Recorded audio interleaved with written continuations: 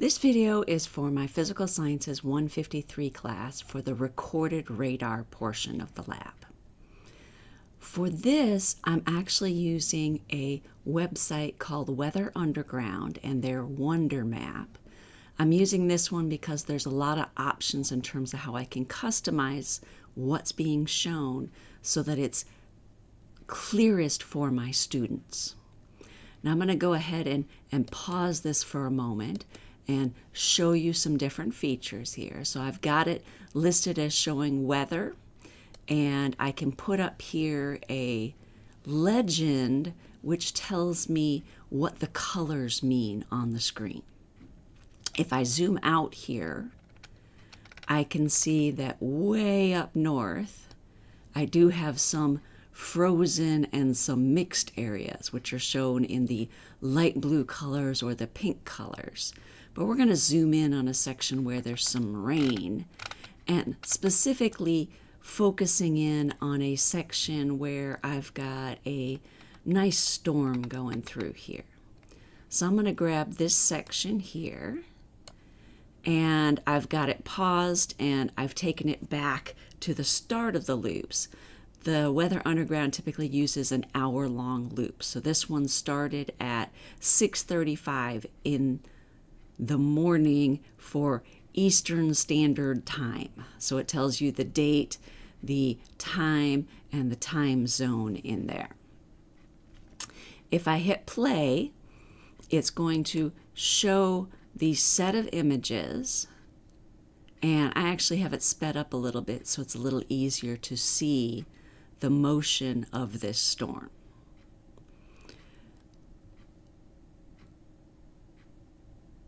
Now, a few things I want my students to notice and record in their lab observations. First of all, what general sorts of colors do you have where there isn't any rain?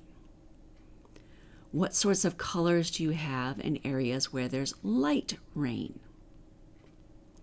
For this particular video loop, what sort of the highest intensity color shown?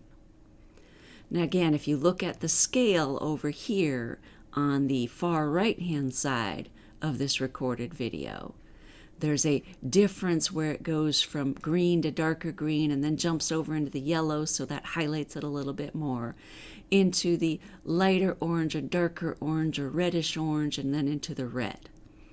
Now, if you had an extremely intense storm, it would actually go all the way up into purple colors. So in the lab manual where it asks us what color do they use for the most intense storms possible, that would be the purplish color. But we don't actually have anything that intense on this particular radar loop. Now, just because I have some students who might be colorblind, I will go ahead and point out to you that this highest intensity area is going to have sort of a reddish orange color. That's the most intense we get for this particular video. The other thing I want to point out to you guys here, and I'm going to call this section here sort of the main storm we're following.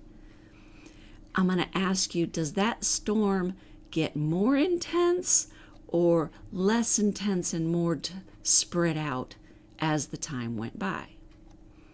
Again, the start of the storm was back over here, so think about how big the storm is and how intense the colors is.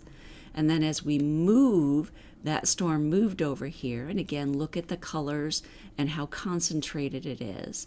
Is it a small, intense storm that has gotten less intense, or is it a less intense storm that's gotten more intense as time went on?